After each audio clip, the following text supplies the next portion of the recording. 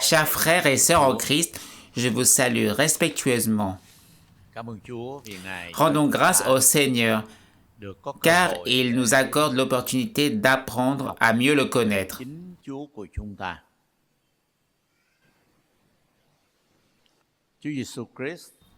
Lorsque Jésus-Christ était sur la terre, il nous a laissé de précieux enseignements. Dans Jean chapitre 4, le sujet de notre méditation est Jésus au puits de Jacob.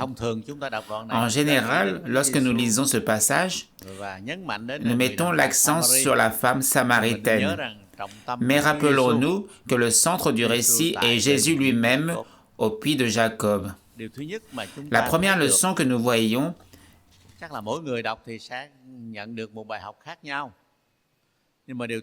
des versets 1 à 6, c'est que Jésus possède une nature humaine semblable à la nôtre. Dans l'Évangile, selon Jean chapitre 1, il est écrit « Au commencement était la parole, et la parole était avec Dieu, et la parole était Dieu ». L'apôtre Jean veut toujours souligner que Jésus possède la nature divine de Dieu. Le thème central de l'Évangile de Jean est de montrer que Jésus est Dieu. Mais en même temps, dans ce passage, la Bible nous révèle que Jésus possède aussi une nature humaine. Il est aussi véritablement homme. Lorsqu'il marchait sur le chemin à midi, il était fatigué.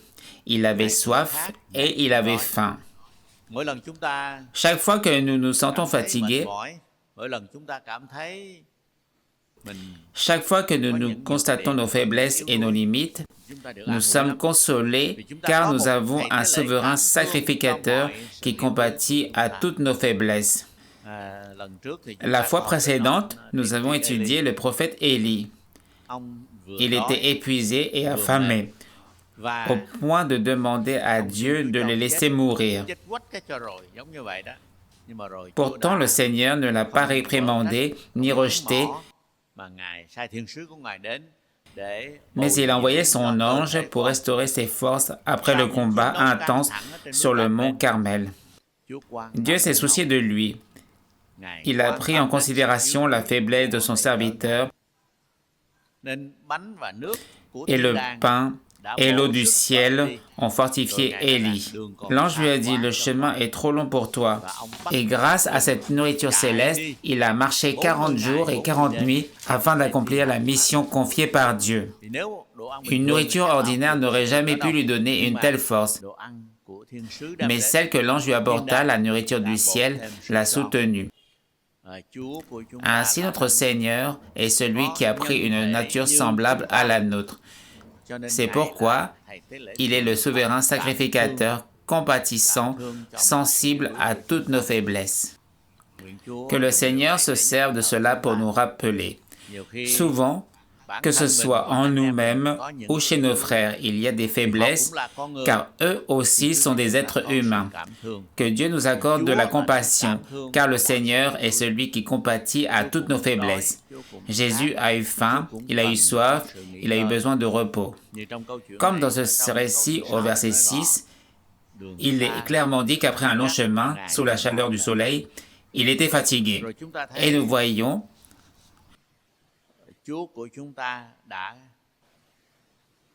que notre Seigneur a brisé toutes les barrières de préjugés.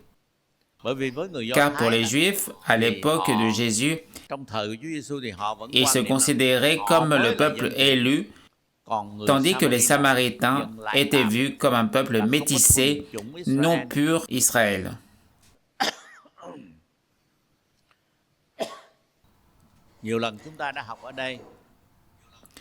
Nous avons souvent appris que les Juifs qualifiaient les païens de chiens. Ils méprisaient ceux qui n'étaient pas juifs, et encore plus ceux qui étaient issus d'un mélange entre juifs et païens, comme les Samaritains. De plus, ils honoraient les hommes, mais considéraient les femmes avec mépris. Même le fait de parler avec une femme en public, fût-elle son épouse, devait être évité. car la loi religieuse des Juifs, comme celle des Samaritains, était stricte et marquée par des distinctions. Mais Jésus a montré qu'il s'intéressait à tous les hommes, sans distinction entre hommes et femmes, entre peuples et Samaritains. Jésus a parlé avec une femme. Et dans ce récit que nous lisons ici, nous voyons que Jésus n'a pas imposé la vérité pour obliger la personne à le reconnaître, mais il a conduit la conversation et a ouvert des pistes afin que cette femme découvre d'elle-même qu'il est le Messie. La manière de Jésus est vraiment merveilleuse, vraiment admirable. Il a mené le dialogue avec des questions. Souvent, lorsque nous rencontrons quelqu'un qui ne connaît pas encore le Seigneur, nous avons tendance à parler beaucoup, puis à lancer directement un appel. Cela peut parfois être approprié, mais en réalité, le modèle que nous voyons ici est que Jésus écoute. Jésus partage et Jésus suscite la réflexion pour que l'autre découvre par lui-même qu'il est le Sauveur. Il a commencé par quelque chose de très ordinaire, de familier. L'eau, il a demandé de l'eau, de quoi boire. Naturellement, s'il avait apporté un cadeau comme un gâteau ou une friandise, cela aurait pu éveiller la méfiance. Mais une demande toute simple qui ne coûte rien a mis son interlocutrice à l'aise. Demander à boire. Et la femme samaritaine en fut très contente.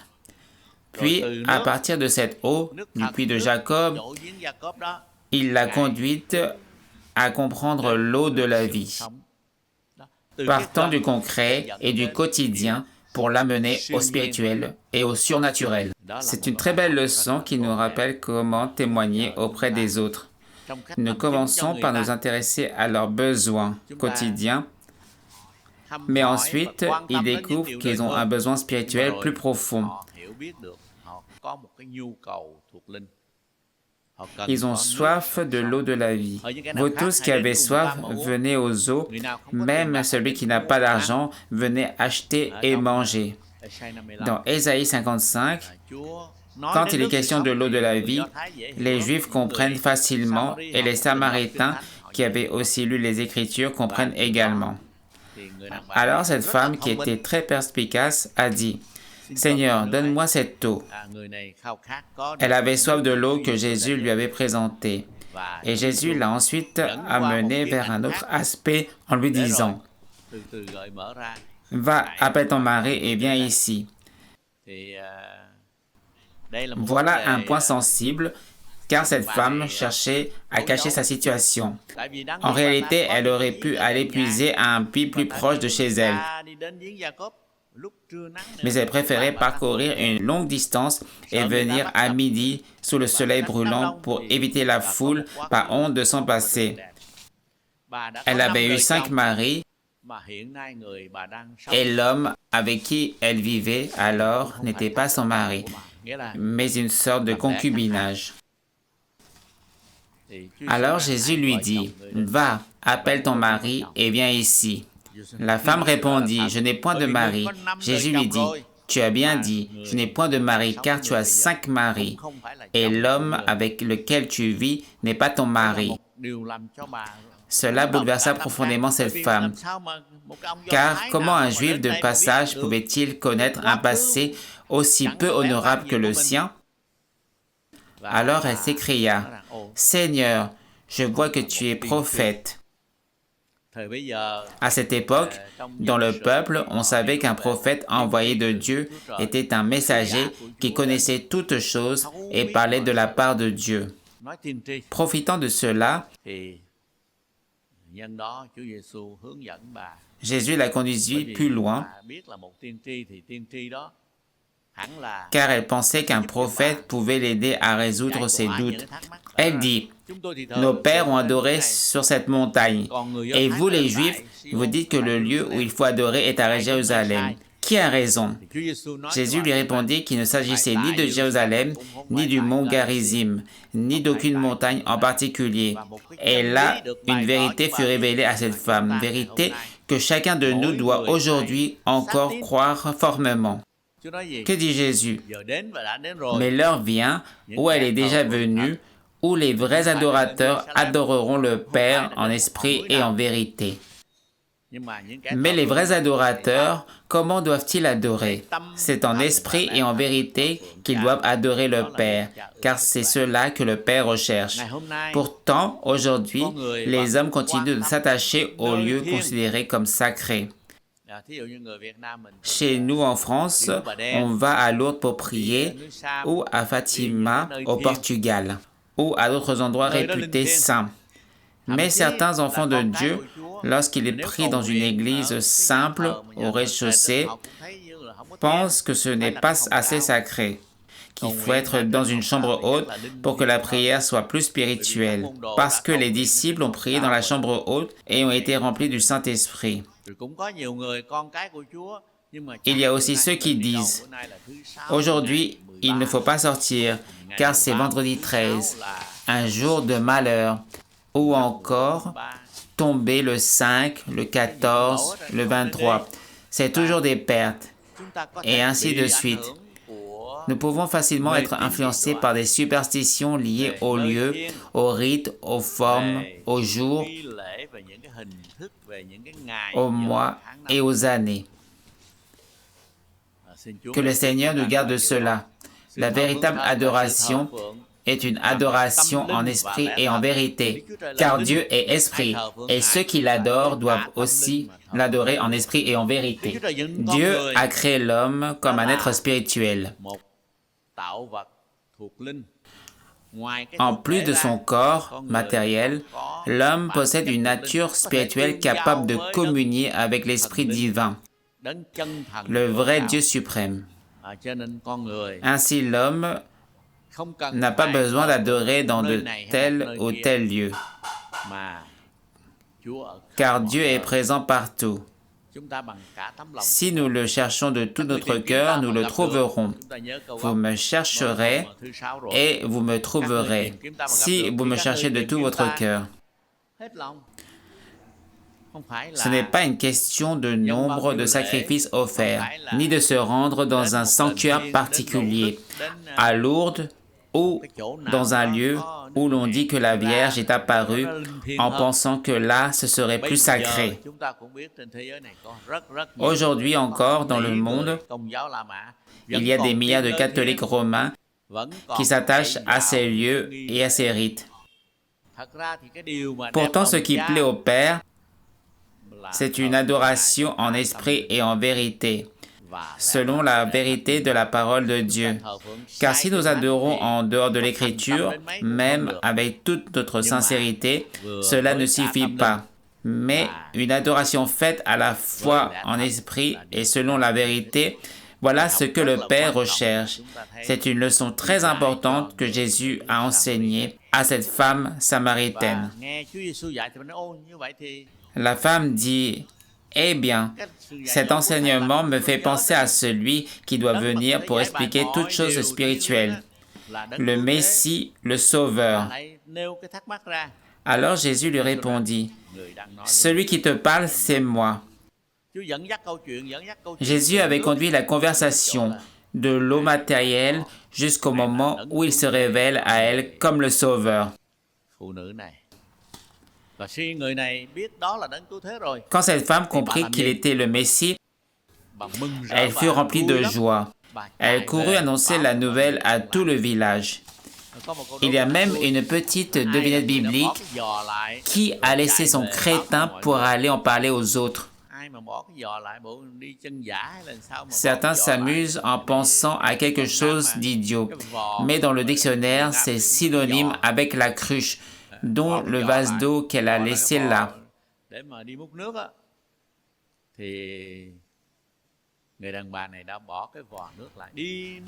Car au départ, elle était venue chercher de l'eau, mais sa rencontre avec Jésus était si bouleversante qu'elle oublia son besoin premier et s'empressa de partager à tous. « Venez voir, J'ai rencontré un homme qui m'a dit toute ma vie, ne serait-ce pas que le Christ, ainsi elle témoigna à son entourage de ce qu'elle avait vécu.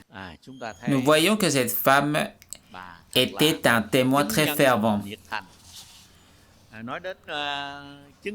Quand l'Esprit Saint viendra sur vous, vous serez aussi des témoins. Vous rendrez témoignage de moi à Jérusalem, en Judée, en Samarie et jusqu'aux extrémités de la terre. Être témoin, voilà ce que Dieu attend de chacun de nous. Témoigner pour lui. Je me souviens d'une image très parlante et j'espère qu'après ce sermon, nous nous en souviendrons bien. Quand quelqu'un veut convaincre les autres, un avocat raisonne logiquement, il argumente avec des phrases sophistiquées pour amener les gens à la vérité. Mais un témoin n'a pas besoin de tourner autour du pot. Il dit simplement, « J'ai vu ceci, j'ai vécu cela. » Alors, quel discours est le plus convaincant? Bien sûr, un témoin n'a pas étudié la logique ni la rhétorique, mais il parle de ce qu'il a expérimenté, de ce qu'il sait, de ce qu'il a vu. Si deux personnes présentent quelque chose pour convaincre, qui est le plus persuasif?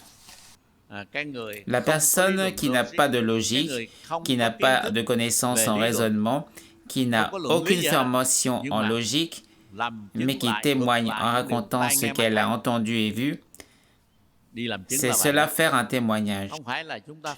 Il ne s'agit pas forcément de perfectionner son vocabulaire théologique, d'avoir la formation pour prêcher ou enseigner, ni d'être entraîné. Cela peut aider, mais pour témoigner, il faut parler de ce que l'on a expérimenté. La force vient de la foi, une foi claire et ferme. Parfois, rien n'est plus convaincant que ce qu'on en entend ou voit. Je me souviens d'une histoire de mon fils quand il était petit. Je racontais cette histoire parce qu'à cette époque, nous étions à Tuy Đi Vung, près du dépôt du riz de Binh Dong. Une personne a glissé et est tombée. Sa tête a été projetée devant un véhicule à 10 roues qui passait. La tête a été écrasée. Les morceaux de son casque ont volé partout. C'était effrayant.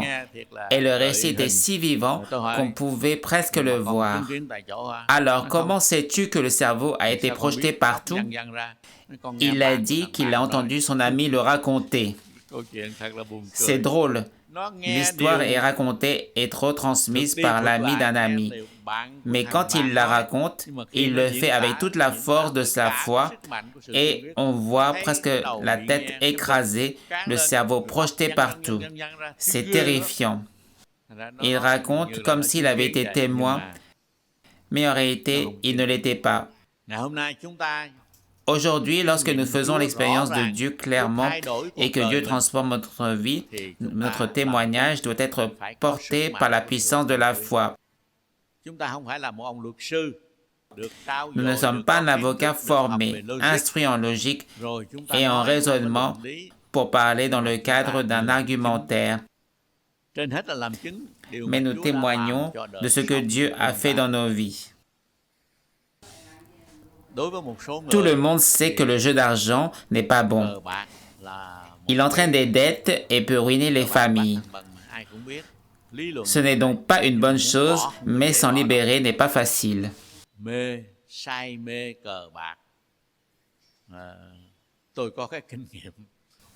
J'ai eu une expérience quand j'étais au lycée.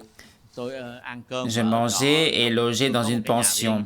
J'avais une maison à moi, mais de l'autre côté de la rue, il y avait une maison avec des joueurs de cartes accros. Au début, je regardais juste par curiosité, mais à force, je me suis pris au jeu. Je savais que vouloir arrêter n'était pas facile. On appelle cela la passion pour le jeu.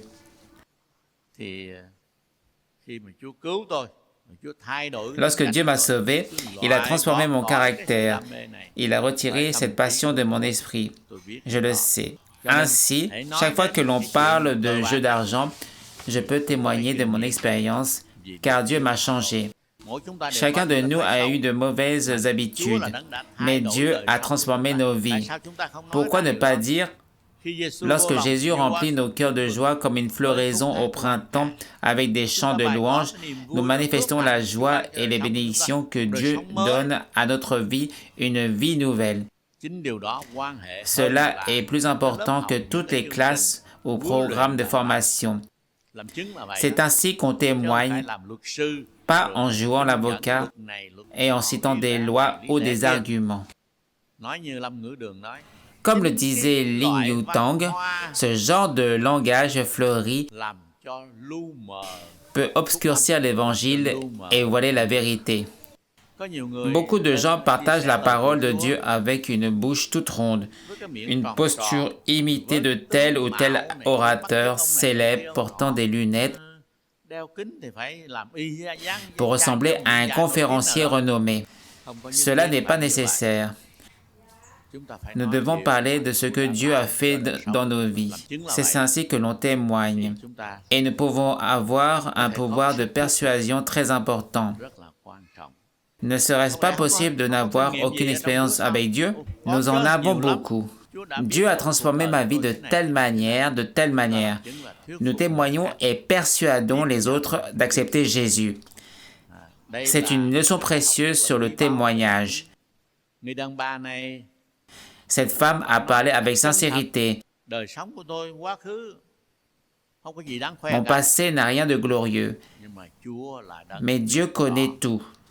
Dieu respecte profondément même ma personne méprisable et elle a joyeusement rendu témoignage et invité tout le monde à venir à Dieu. L'apôtre Jean a dit à André, « J'ai vu le Messie, le Sauveur, et l'a conduit à Jésus. » Ce que nous devons dire aujourd'hui, c'est parler de celui que nous avons rencontré et inviter les autres à rencontrer Jésus. Aujourd'hui, nous apprenons la leçon du témoignage de cette femme samaritaine. Elle n'était pas particulièrement belle. Je ne sais pas si elle l'était, mais probablement pas. Et elle n'était pas très vertueuse. Ayant eu 5 maris, et vivant maintenant avec un 6e qui n'était pas vraiment son mari. Sa vie n'avait rien dont elle puisse se vanter, rien dont elle puisse être fière, mais elle a témoigné de Jésus, celui qui a compassion d'elle. Et lorsque les gens ont entendu ce témoignage, ils se sont rassemblés en grand nombre pour rencontrer Jésus et l'ont invité à entrer dans leur village. Pour les Juifs et les Samaritains, il y avait une grande distance. Les étrangers étaient considérés comme du bois de l'enfer et des chiens étrangers. Et les Juifs en général ne voulaient pas entrer en contact avec les Samaritains. Ils n'aimaient pas cela, ils n'étaient pas enclins à l'accepter. Mais Jésus est resté dans le village des Samaritains pendant 2 jours, et encore plus de gens ont reconnu Jésus. Plus tard, Philippe le diacre est allé à Samarie pour prêcher et le résultat a été étonnant, en partie parce qu'il avait déjà entendu parler de Jésus à travers ce chapitre 4. Jésus a dit, « Vous moissonnerez là où vous n'avez pas semé. Les autres ont semé, mais vous moissonnez. » L'Église de Dieu s'est développée en Samarie dans le contexte où Jésus avait déjà séjourné parmi les Samaritains pendant 2 jours et avait utilisé une personne au passé imparfait, pas pure, pas remarquable pour témoigner. Tant que cette personne avait l'expérience de Dieu et révélait Dieu de manière sincère et vivante. Je répète toujours ce que mon grand-père disait. Je ne respecte pas la personne sans faute, mais je respecte celle qui a fauté et sait se corriger. Personne n'est sans faute, il n'y a aucune distinction, car tous ont péché. Mais il y a ceux qui ont fauté et savent se corriger. La femme de Sichem a connu un changement si extraordinaire que ses yeux Ces paroles touchaient tout le monde. Pourtant, ce n'est pas tout le monde qui a accepté sa guidance. Mais en vérité, la foule samaritaine croit au Seigneur, non pas parce qu'ils ont entendu la femme, mais parce qu'ils ont rencontré le Sauveur. Peu importe qu'ils acceptent ou non, elle a été celle qui a présenté et guidé les gens vers le Seigneur. Que Dieu nous donne le courage de parler comme un témoin de ce que le Seigneur a fait dans notre vie. Va chez toi, dans ta maison, et montre à tout ce que Dieu t'a fait et comment il t'a sauvé. C'est ainsi que l'on témoigne. Le Seigneur a dit à celui qui était possédé par un démon, « Va chez toi dans ta maison et fais connaître à tous la grande grâce que le Seigneur t'a accordée. » Que Dieu nous aide à ne pas hésiter à témoigner de ses bienfaits. Je répète ce que j'ai dit la semaine dernière. Pourquoi n'osez-vous pas parler de moi? Nous savons que notre Seigneur est noble, puissant, infiniment digne et nous devons parler de lui, parler de celui qui a transformé notre vie. J'ai toute une vie et je veux aussi la consacrer au Seigneur. Oui, chacun de nous voit que la plus grande découverte de notre vie est de connaître le Seigneur, de lui faire confiance et de recevoir de lui grâce et puissance, de consacrer toute une vie à servir le Seigneur. Et si nous avons plusieurs vies, nous continuerons à le servir.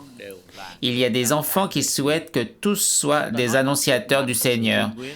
Nous parlons avec la force d'une foi ferme, avec une foi vraie, sincère, simple et entière pour manifester le Seigneur à tous. Je n'ai pas assez de temps pour partager tous les aspects du chapitre 4. Il y a tant de leçons, mais je souhaite que ce qui reste dans le cœur de chacun, c'est de ne pas hésiter à parler du Seigneur aux autres. Ne pas attendre d'avoir tel ou tel diplôme ou statut. Parfois même, avec un diplôme, c'est pire encore. Utilisez la vérité de votre vie pour témoigner aux autres et les conduire à sa grâce salvatrice. Pouvez-vous le faire? Oui, chacun de nous peut le faire.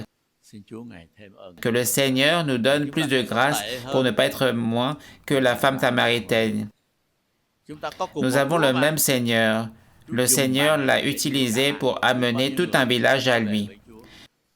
Il peut aussi nous utiliser avec simplicité et sincérité pour les conduire à lui. Amen.